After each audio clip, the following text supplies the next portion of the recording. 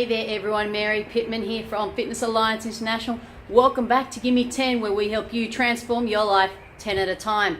Now we are finishing our series today on training principles. Our final training principle for this series is periodization. So what's periodization?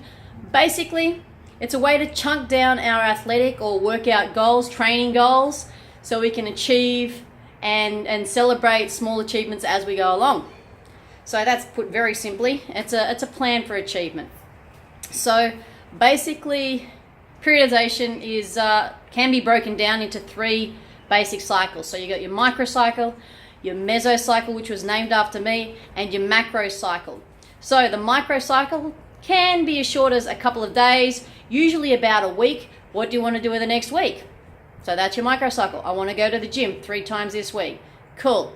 Okay, so your mesocycle, medium-term goals. What are you going to do in the next 30 days? How are you going to change your training so you can see those results and get those improvements that you want? So if you're training 3 times a week, so that's set in place first week, set in place second week, set in place third week, and so on. What's going to happen in the next 30 days? You're also going to change your nutrition, for example. Okay? Easy.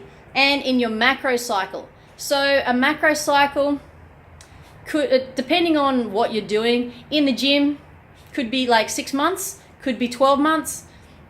In sport, again, a 9 to 12 month program. So breaking it down to weekly cycles once again. For an Olympian, their macro cycle would be 4 years, broken down into smaller cycles of 1 year, broken down into smaller circles of 30 days, broken down into smaller cycles of weekly blocks. Okay, nice and easy. So let's talk about the sporting aspect side of things. So looking at sporting seasons, sporting terms. So basically breaking down the periodized plan into your off season. So before anything happens, when you're resting, recovering, getting ready for the next season. You're going into your pre-season, so a couple of warm-up games, starting into your fitness training, your conditioning. You get into your in-season, so your competitive phase. So getting into your competitive games, so your weekly games or bi-weekly games, depending on what you're doing. So let's say NBA or baseball or anything like that. They can be playing 2 to 3 games a week. Okay, as well as traveling and training in between. So finding and working all their training into their program so that they can get the most out of their training so they can play harder. And then going around the cycle again into your postseason.